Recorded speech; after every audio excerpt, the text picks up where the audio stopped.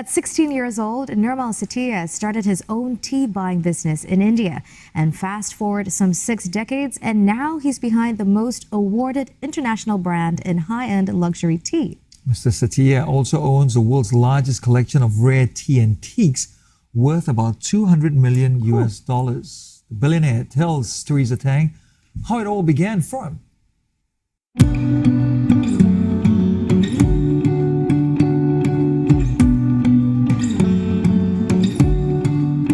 Born in a very rich family, I was a rebel child.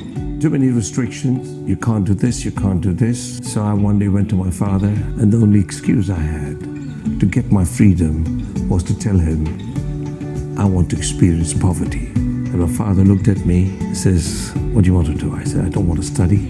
I want to work. What work are you doing? Will you do? You're not educated. I'll find something. What he found was a job as an apprentice at a tea broking firm, making 7 shillings. That's about $2 a week. Tea, he says, gave him freedom and an appreciation for beauty. You've described tea as a beautiful woman, as a divine gift in life, as poetry. Why is it all those things? For some, it's just leaves in hot water. You see, the sad part of the recent history, the last 100 years history, the tea culture has been hidden under layers and layers of dirt and dust and false marketing. When you drink tea, you don't look at the leaf. You want to experience the taste. When there is no taste in tea, then people have found the ways to bombard it with fragrances and fruits and flowers. So the worst, the cheapest type of tea, which is bombarded with all the fragrances, people experience those fragrances and they say, wow, the tea's lovely. Tea is always judged for her character. Tea is a female. Tea is not a male. Tea is not a warrior. Tea is kindness. Tea is a gift of the nature, Mother Nature. That's why tea is the second most popular drink after water. Good teas can cost you $10–15 million a kilo. Bad teas you can buy for $2 a kilo. In 2011, you embarked on creating a private collection unlike any other in the world. And now your collection of teapots, tea, various tea items, it's worth 350 odd million US dollars. What was the inspiration behind that? Why did you want to collect all these different trinkets around tea culture? I was a tea taster, then I got out of the business, and it was 2004. My wife pushed me back. Go back to your first love. Why? I won't be there to last you forever. Get the long story short, I got involved to please her. In 2010, I lost her, and then I wanted to express my gratitude. I decided to start buying pieces of provenance and pieces showing the art of making objects to serve the tea. So I started from 10th century BC, buying objects from that time till the 19th century, when tea was still art. Before the distortion of art came, I started designing teapots myself. In teapots which are made out of gold and diamonds and rubies and studded with emeralds. And that's what egoist. Egoist is basically some 500 carats of diamond and one ruby, 6.5, 7 carat ruby, and there are many other small Burma rubies. So it's a beautiful piece. It was a kind of a madness to do this. Nobody has done it, to spend $7 million making a teapot.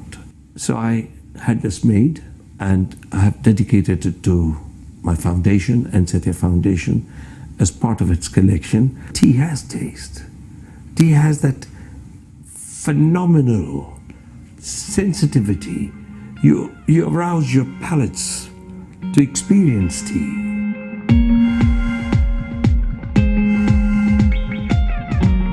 Mr. Sethia, can you talk us through the starting process when you select your teas? What you have to do to identify a good leaf? Yes, first of all, tea leaves have different sizes. Mostly people use the fannings for tea bags. But now the pyramids have come, the type of pyramid bags, where they use broken leaves.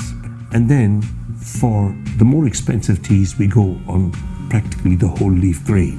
Now, what do we have to see? That for good tea, you have to make sure that it is clean, it has no stalk and no fiber. For example, this is an Assam. So if you look at it, it has black leaves and lots of golden leaves. But they're golden leaves, these are golden leaves. They're not stalks, they're not piece of wood or piece of fiber. These are what you call the tips, the golden tips. More the tips. And if it's processed properly, that will give you a powerful character. We just smell. Does it smell natural leaf? Or does it smell stale?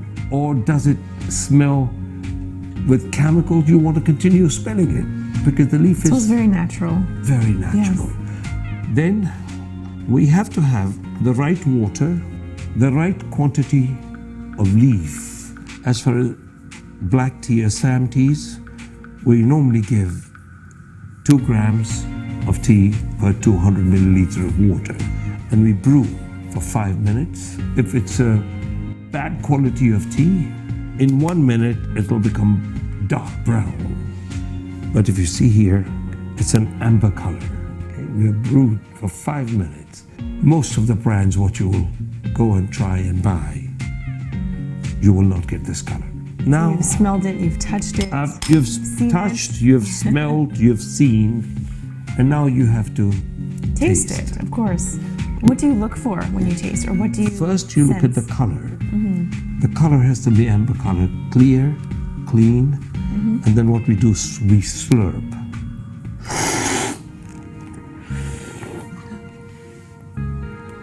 Oh, wow.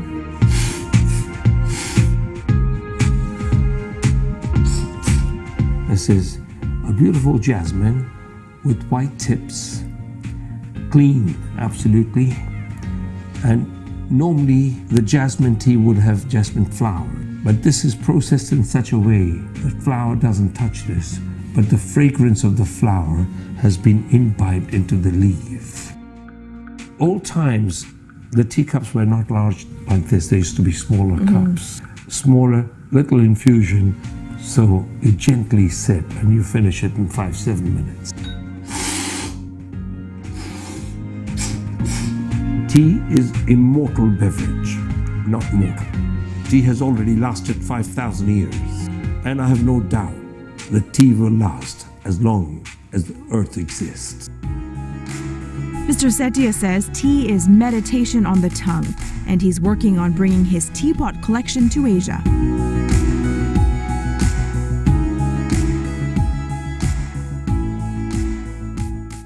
You know, I was leaning forward, hoping to hear Teresa slurp a bit more, but she didn't. Me too. I think very Mr. ladylike. Sethia did a really good job. He did. No, but do you How's mine? slurp your? No, I you don't. have a I sip spoon it. Full of tea. No, I sip it, Yeah, with if my I little did that, my friends would pinky, just get out and walk away. with my pinky sticking out and everything. Yeah, but I do enjoy a nice cup of tea. I do too. It was great to know that, for green tea, the maximum temperature that your water should be at is 85 degrees Celsius. And I do enjoy my white teas. And I didn't know you should have the water temperature at 70 degrees Celsius. But I was blown just away by the blast it with teapot costing about 100 $7 million.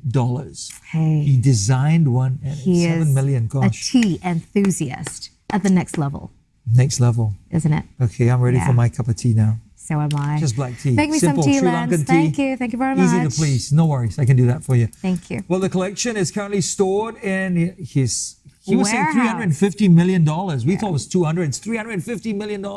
It's currently stored in his warehouse in the UK, but there are plans on having it tour Asia. I think that'll be great. I'd love to see it. Yeah, I'd love to try. Oh, I really want some tea now. So thirsty. Next week, Teresa heads to the region's, this is my favorite, largest